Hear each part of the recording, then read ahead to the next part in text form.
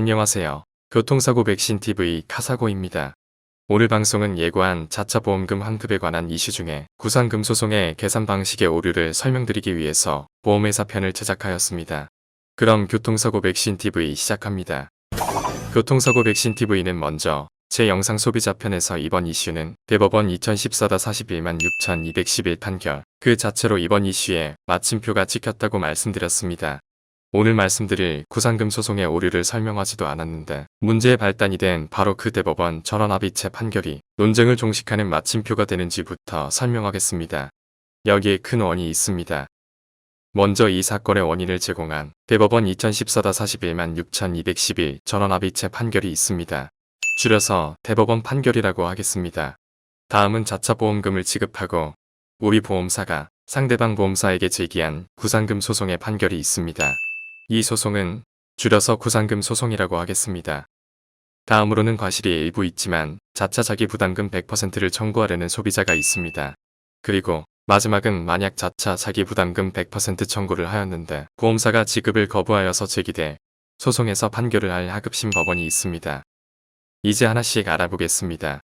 대법원 판결 사건의 내용은 자기부담금 환급에 관한 사건이 아니라 참고화재 사건이었다고 제가 자기부담금 이슈 깔끔 정리편에서 말씀드렸죠. 따라서 이번 이슈로 인해서 판결된 직접적인 대법원 판결이 아닙니다. 이 말씀을 드리는 이유는 소비자분들 중에 대법원 전원합의체 판결이 이미 났는데 왜 보험사에서 돈을 안 주느냐고 생각하시는 분이 계신 것 같아서 설명드립니다. 그리고 저의 바로 직전 영상인 판결금 나왔습니다. 소비자 편에서 대법원 판결에서 고객이 상대방에게 청구할 때는 과실상계에 의하여 제한된 책임 범위만 상대방은 부담한다고 명시되어 있었습니다. 따라서 이 판결에서 고객이 과실이 있는 경우에도 과실상계하지 말라고 한 사실이 없습니다. 마지막으로 이 판결은 보험자 일부 대위에 관한 대표적인 판결입니다. 보험자 일부 대위는 어떤 조건이 있어야 발생하는지 제가 만든 사례를 가지고 설명드립니다. 첫째, 일부만 보상이 되어야 합니다. A가 200만원 손해 중에 보험사로부터 보상받고도 남은 손해가 있었다는 것을 말하는 겁니다. 둘째, 전부 변제가 불가능해야 합니다. A와 보험회사는 각 120만원과 80만원을 B에게 청구할 수 있는데 B는 법원으로부터 실화 책임에 관한 법률에 의하여 감경받아서 갚아야 할 돈은 200만원에서 140만원이 되었습니다. A와 보험사 모두가 B로부터 전부의 손해를 변제받지 못하는 것을 말하는 겁니다. 대법원은 보험자 일부 대위의 전제 조건이 충족되자 그 효과로 A에게 어떤 판결을 하였나요? A가 보험회사보다 우선해서 B로부터 돈을 받을 수 있게 주었습니다. 여기서 중요한 사실 하나 짚겠습니다. 우선 변제권은 채권 추심의 순서를 결정하는 것이지 없는 채권을 만들지는 못합니다. A가 가진 채권은 과실상계 후 금액이고 이것은 대법원 판결 요지에 이미 서시되어 있다고 제 영상 판결문 나왔습니다. 소비자 편에서 말씀드렸습니다. 다시 말씀드립니다. 보험자 대위의 효과인 우선 변제권은 채권을 추심하는 순서를 결정한 것이지 존재하지 않는 권리를 만들지는 않는다는 것을 기억해 두세요. 다음으로 구상금 소송을 보겠습니다. 자기부담금을 전부 공제하는 것이 대법원 판결과 또는 상법 제682조 보험자 대위와 어떤 관계가 있는지 이 구상금 판결식을 자기부담금 환급의 근거로 볼 수 있는지를 각 보겠습니다. 사례를 하나 들겠습니다. A는 고객, B는 상대방 보험회사, C는 우리 보험회사라고 하겠습니다. 화면에서 보시는 계산식이 바로 불법행위에 기한 손해배상 소송에서 보편적으로 손해배상금을 계산하는 방식입니다. 그런데 자차 보험금 구상금 소송에서는 여기에서 다음과 같이 계산을 합니다.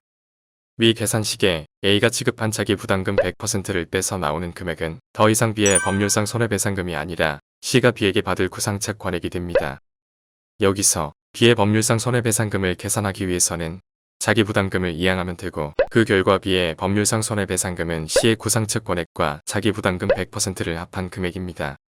자기부담금 환급을 주장하는 분들은 이 구상금 소송의 판결금 계산식에서 지금과 같이 자기부담금 100%를 이항한 이 상태를 해석하여 B의 법률상 손해배상금에는 자기부담금 100%가 포함되어 있고 따라서 자기부담금 100%를 A에게 과실상계 없이 지급하여야 한다고 주장합니다.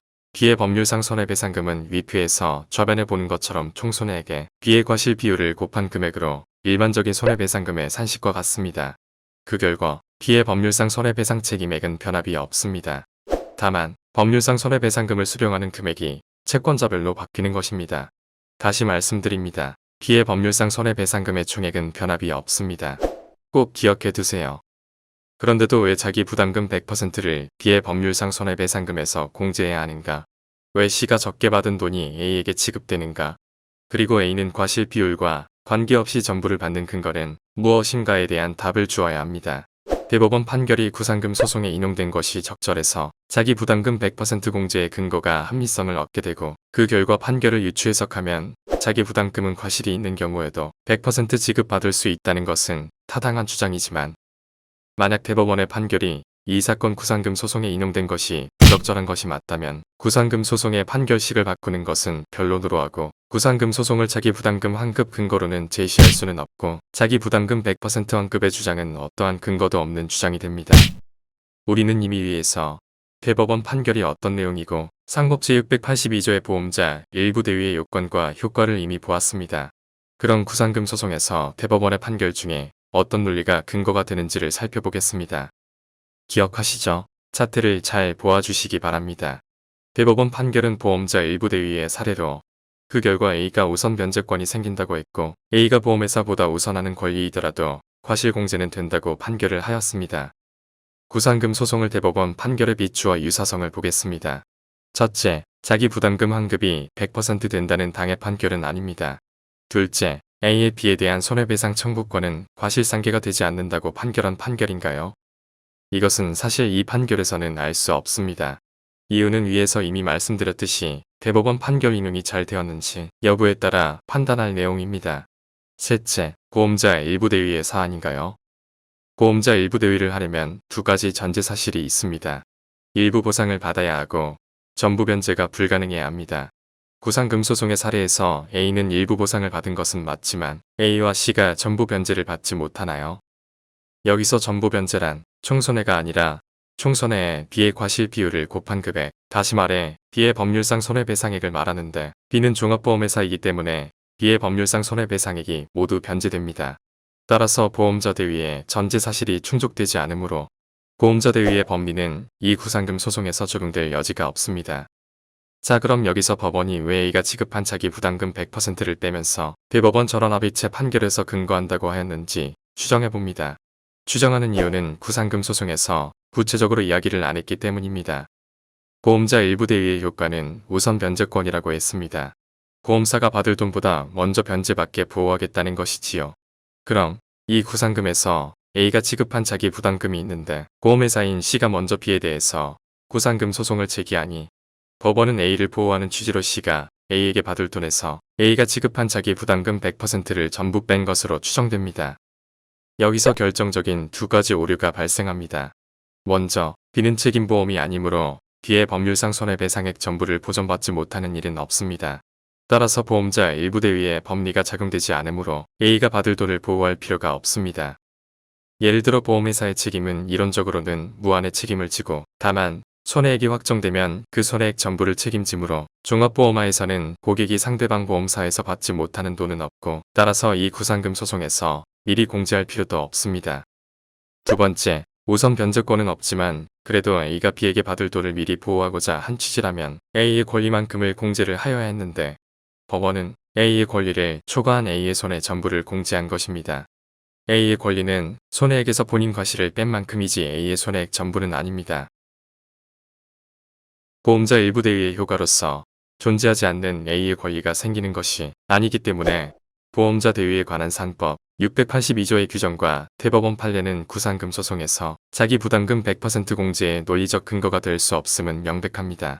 따라서 구상금 소송에서 판결식은 관련 종사자분들의 노력으로 변경해 주시기 바랍니다. 다시 정리해 보겠습니다. 자기 부담금 100% 환급을 주장하는 측은 구상금 소송의 판결 계산식을 유추 해석하였는데, 왜 자기 부담금을 100% 빼는지에 대해서 대법원 전원합의체 판결과 상법 제682조 보험자 대위 규정이 근거로 합니다. 그런데 대법원 전원합의체 판결과 보험자 일부 대위 규정은 자기 부담금 100%를 빼는 근거가 되지 못함은 이미 설명을 드렸습니다. 그렇다면 자기 부담금 100% 환급의 주장은 변경되어야 할 구상금 판결 계산식을 유추 해석한 결과일 뿐 근거는 없다고 할 것입니다. 지금까지 설명만으로도 자기 부담금 환급은 과실이 있는 경우 100% 지급을 받지 못한다는 것을 충분히 아실 겁니다. 그런데 더 이해하기 쉬우시라고 두 가지 더 말씀드립니다. 고객은 자기 부담금 환급이 가능하다는 주장을 신뢰해서 보험회사를 상대로 손해배상 소송을 법원에 제기하였다고 가정하겠습니다.